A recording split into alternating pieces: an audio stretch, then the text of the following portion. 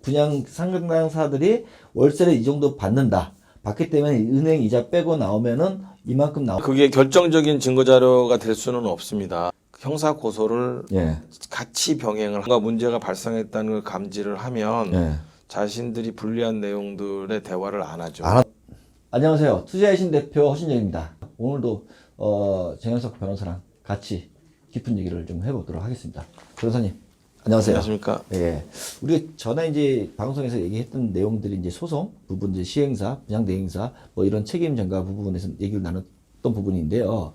여기서 얘기를 좀 더 들어가자면, 일단 결론은 그거예요. 이 발단이 뭐냐면은, 투자자가, 그러니까 사회 초년생이든 투자자가 전매를 통해서 계약금만 걸고 잔금을 치르지 않고 프리미엄 받을 수 있다. 전매할 수 있다. 이게 혹해가지고 계약을 한 거란 말이에요. 그렇죠. 예, 그러면 이 사람들이 대부분 뭐냐, 돈이 없단 말이에요. 잔금 못 치러요.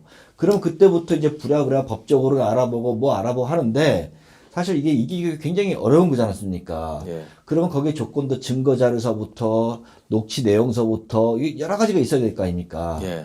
그래서 이제 우리가 이제 얘기하다가 이제 정리를 한 게, 시행사의 책임이 있을 수 있고, 예. 또 분양 대행사의 책임이 있을 수 있고, 그 얘기를 한 거지 않습니까? 예. 예. 그러니까 여기서 한 가지 더 덧붙이면 뭐냐면은, 분양 직원이 월세가 몇 프로 나온다. 그러니까 월세를 많이 받는다 이거죠. 예.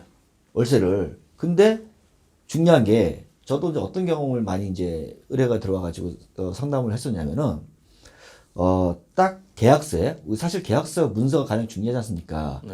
문서에 6%, 뭐 7% 이렇게 정해진 건 없어요. 예. 그러면 이제 꼼꼼하신 손님들은 분양 상담사들이 월세를 이 정도 받는다. 받기 때문에 은행 이자 빼고 나오면은 이만큼 나온다. 이걸 다 메모한 게 있어요. 예. 요 메모한 것으로도 월세 수익이 확정된 건 아닌데, 예. 이렇게 예상은 물론 해줬지만은 금액까지 다 적어놨단 말이에요. 예. 요것도 뭐 증거 자료로 필요한가요? 근데 그게 결정적인 증거 자료가 될 수는 없습니다. 예. 왜냐하면 이제 분양사를 소송을 대상으로 하던가 예. 시행사로 대상을 해 소송을 하면 예. 예. 거기에는 예. 이거는 예상 가능한 수익이라고 하는 의미지 예. 예. 이걸 우리가 보장하는 약정은 아니다. 이렇게 나오죠. 그렇죠. 그리고 변호사님, 이게 사실 이 소송이 애매하고 빠져나갈 거 다 빠져나가고 이런 부분들이 많이 있잖아요. 많죠. 그리고 또 시행사로 타켓을 할 것인지, 분양 대행사로 타켓을 할 것인지, 또 분양 팀장으로 타켓을 할 것인지, 예. 아니면 분양 직원을 타켓을 할 것인지, 이게 범위가 좀 많이 있잖아요. 예. 그러면은 이것도 책임을 잡고 민사 소송하는 것도 이게 굉장히 복잡하고 하지만은 중요한 것은 제 생각인데, 이게 맞는지 모르겠어요. 이러한 증거들을 댈 수 있으면 형사 고소를 하는 경우가 더 확률이 높거나 유리하지 않을까요? 그렇죠. 일반적으로 민사소송을 바로 걸게 되면 예. 시간도 많이 걸리고 예. 비용도 들고 예. 그 다음에 지금 타켓을 갖다가 과연 분양사 직원으로 해야 되는 건지 예. 분양사 대표를 피고로 해야 되는 건지 예. 예. 시행사를 해야 되는 건지 뭐 시공사를 해야 되는 건지 헷갈리고 예. 여러 가지 또 시간적 비용적 측면에서 불리하기 때문에 예. 형사 고소를 예. 같이 병행을 하거나 아, 같이. 예, 같이 병행을 하거나 예. 예. 아니면 형사 고소를 먼저 하는 경우가 많죠. 그러니까 저희도 하다 보면은 이제 소송 쪽으로도 이제 많이 이제 문의를 이제 주신 분들도 있어요. 예. 대부분들이 이제 부동산 전문 변호사를 찾으려고 한단 말이에요. 예, 그러면 인터넷을 이제 찾아볼 거 아니에요. 예, 그러면 이제 뭐 블로그나 이런 것들이 이제 많이 있어요. 대부분들이 변호사가 직접 하는 게 아니라 외근 사무장들이 많이 하더라고요. 소송을 잘못했다고 후회하신 분들이 많이 있어요. 예. 부동산 저희가 이제 전문 변호사들이 몇 분이 계시지 않습니까? 예. 그래서 그런 문의들을 많이 좀 연결 좀 해달라고 물어보신 분들이 있는데, 이런 것도 조심해야 될 거 아닙니까? 그 외근 사무장 이런 것도요. 예, 일단은 이 분양에 대해서는 예. 사후적으로 구제를 받는다는 것은 예. 평상시에 이런 내용을 충분히 숙지하고 있지 않은 사람들인 경우에는 예. 그 막상 본인이 이런 분양 사기를 당하면 예. 구제를 받기가 굉장히 어렵죠. 나서기도 힘들고. 그렇죠. 예. 그리고 상대방이 뭔가 이거를 자기를 이렇게 보호해줘야 될 입장에 있는 분양 대행사가 예. 나중에 형사 고소나 민사 소송을 걸었을 경우에 서로 이게 등을 지게 되면 예. 굉장히 뭔가 더 불리한 상태로 나가지 않을까. 녹취를 해도 예. 이제 그 뭔가 문제가 발생했다는 걸 감지를 하면 예.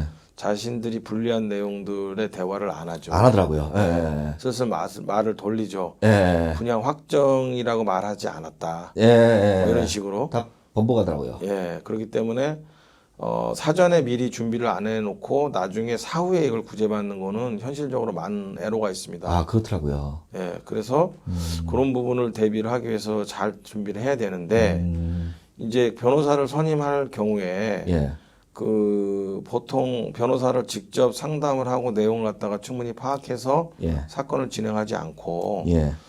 이제 이런 여러 가지 뭐 주변을 통해서 뭐 아는 사람을 통해서 예. 변호사를 선임한다든지 예. 그러다 보면은 이제 이 법률적인 지식이 충분하게 많이 없거나 예. 뭐 그냥 사건을 또 선임을 갖다가 너무 급하게 서둘러서 하다 보면 예, 그 잘못 선임하는 경우도 그렇죠. 있을 수가 있습니다. 이게 보니까는, 그러니까 여러분, 변호사를 선임하는 것도 중요하지만은 제일 중요한 거는 변호사를 선임하지 않도록 여러분이 올바른 판단하고 잘못된 투자를 하지 않는 게 가장 옳은 방법이잖아요. 아, 그거가 예, 가장 그게 중요해요. 가장 어차피 좋은 변호사를 선임하는데 선임해도 돈 들어가는 거 아닙니까? 돈도 들어가고 예. 구제를 100% 받는다는 보장이 없습니다. 그래서 예. 이 분양에 대해서는 예. 지금 뭐 최근에도 이렇게 뭐 지금 뭐 LH 공사 예. 직원들의 뭐 내부 정보를 통해서 뭐 예. 여러 가지 문제가 발생하고 있는데 예. 그런 부분에만 관심을 가질 게 아니라 이 분양에 대해서도 여러 가지 제도적으로 예. 그 입법적으로 예. 불충분한 부분들이 많이 있는데 맞아요, 예, 여기에 좀 법 개정 법을 갖다가 좀 입법화 시켜서 예. 그 구제받는 방법을 예. 좀 집어넣고 예. 청약의 철회권이라고 그래가지고 예. 일정 기간 동안은 철회할 수 있는 권리를 예. 많이 부여하고 있거든요. 소비자 보호법, 뭐 계약 약관 규제에 관한 법률이라든지 무슨 예. 뭐 기타 방문 판매법, 예. 할부 거래에 관한 법률이라든지 그런데 보면 청약의 철회권, 최근엔 주택법, 예. 주택법에도 청약의 철회권에 대한 규정이 있습니다. 그래서 어떤 단지가 뭐 그 재건축 예. 됐다고 하는데 거기 조합원으로 예. 조합원으로 들어갈 경우에 일정한 기간 안에는 예. 청약을 갖다가 그 조합원에 가입했던 거를 자기가 철회할 수 있는 권리들이 있어요. 그런 게 이제 법 조항에 들어가 있거든요. 그래서 요 부분에 그런 거가 입법화돼서 예. 한다고 하면 예. 뭐 그 거래가 충분하지 않은 그 지식이 없는 분들이 네. 이 분양 계약을 체결했다 하더라도 예. 일정 기간 안에는 철회할 수 있는 예. 그런 거를 입법화하는 게 굉장히 중요하다고 생각합니다. 알겠습니다. 여러분, 지금까지 정현석 변호사님하고 부장 직원에 가장 많이 피해를 당하는 유형, 사회 초년생, 그리고 은퇴자들, 그리고 이제 부동산 지식, 부동산 분양을 처음 하시는 분들이 그들의 타겟이에요. 그리고 그들이 가장 많이 타겟으로 하고 있는 무기랄까? 그들만의 무기랄까? 그게 뭐냐면은 단기 투자할 수 있다. 즉 전매할 수 있다. 그 프리미엄이 붙는다. 그리고 여기 월세가 굉장히 많이 들어온다. 요걸로 해가지고 이제 일종의 사기나 마찬가지죠. 특히 월세는 잔금을 냈다는 얘기고 단기 투자 전매 프리미엄은 이제 계약금 가지고 잔금을 치지 않는 것으로 해서 여러분은 현혹시킬 겁니다. 여기 정현석 변호사도 많은 이야기를 지금 하고 있지만 결국 뭐냐면 여러분이 현혹되지 않고 잘못된 투자를 하지 않는 거예요. 그건 여러분 몫입니다. 그래서 오늘 정현석 변호사님하고 얘기했던 부분은 이 부분을 정리하고 다음에는 모델하우스에서 삐끼라 해야 되나요? 데리고 와서 계약 쓰는 거하고 이건 또 소송에 관련돼서 법이 또 다르게 적용할 수 있다고 하니 자세한 얘기를 다음에 말씀을 나누도록 해보도록 하겠습니다.